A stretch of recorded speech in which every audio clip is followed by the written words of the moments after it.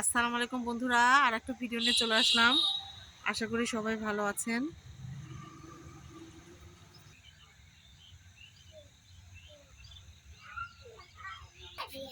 তো আজকে আমি ভিন্ন স্টাইলে পাতাকপি ভাজি করব, গ্রাম্য স্টাইলে।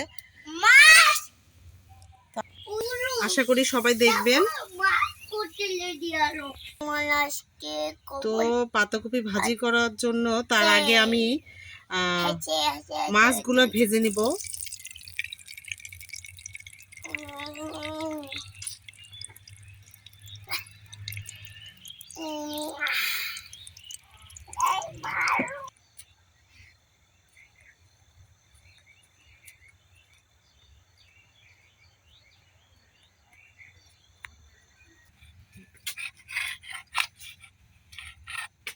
তো পাতাকপি ভাজি করার আগে আমি মাছগুলো ভেজে নিচ্ছি।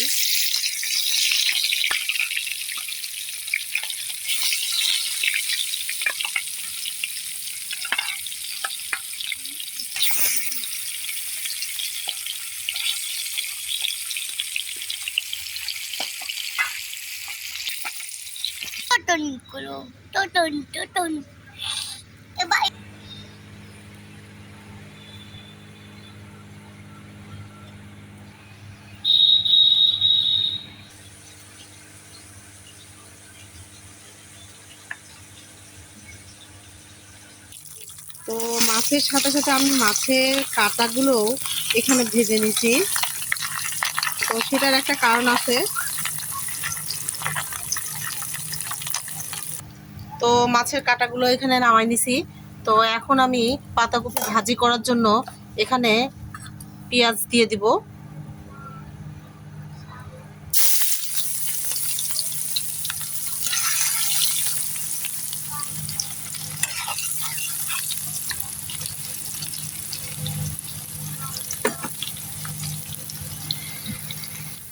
তো পেঁয়াজগুলো লাল হয়ে গেছে। এখন এখানে আমি পাতাকপিগুলো দিয়ে দেবো। পাতাকপি, টমেটো,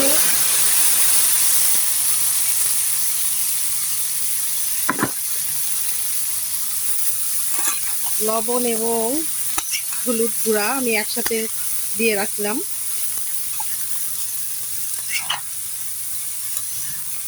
তো পাতাকপি এবং টমেটো দুইটাই শীতের সবজি। তো আজকে আমি আপনাদের পাতাকপির কিছু উপকারিতা বলবো। পাতাকপিতে প্রচুর পরিমাণে ভিটামিন সি রয়েছে, যা রোগ জীবাণুর বিরুদ্ধে লড়াই করে। এতে থাকা ফাইবার কোষ্ঠকাঠিন্য দূর করে। তারপরে পাতাকপিতে লো কার্ব রয়েছে, যা ডায়াবেটিক্সের জন্য খুবই গুরুত্বপূর্ণ ভূমিকা পালন করে। পাতাকপির অ্যান্টিঅক্সিডেন্ট ও পটাশিয়াম উচ্চ রক্তচাপ নিয়ন্ত্রণে সাহায্য করে। তো পাতাকপি আমি কেন বলছি যে আজকে ভিন্ন স্টাইলে রান্না করব, একটু পরে সেটা দেখতে পারবেন।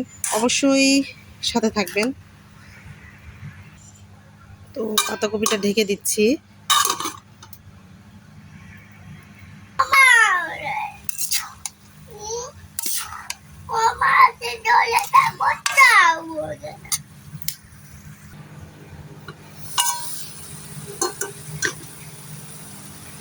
তো পাতাকপিটা পানি বের হয়ে যখন শুকায় আসবে, তখন আমি এখানে মাছ যে ভাজি করে রাখছিলাম তার কাঁটাগুলো যেগুলা, সেগুলো অ্যাড করে দিব। আমরা সাধারণত কাঁটাগুলো অনেকেই তরকারিতে খাইয়ে থাকি, কিন্তু কাঁটাগুলো দিয়ে যদি এইভাবে পাতাকপি ভাজি করা হয় তাহলে কিন্তু খুব খারাপ লাগে না। আমি অনেক দিন আগে থেকে এই কাজটা করি আর কি।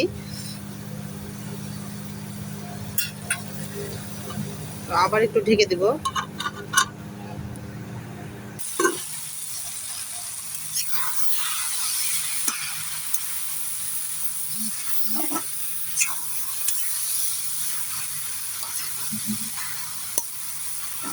আর একটু হবে। তার আগে আমি একটু ধনেপাতা কুচি দিয়ে দেবো, যেহেতু শীতকাল।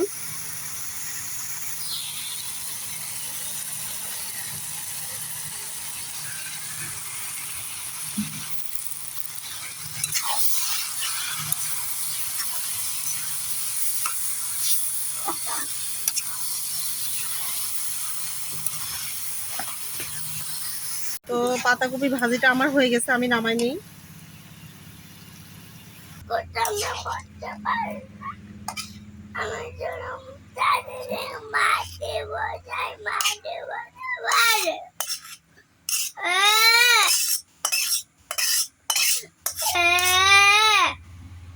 তো পাতাকপিটা আমার রেডি হয়ে গেল।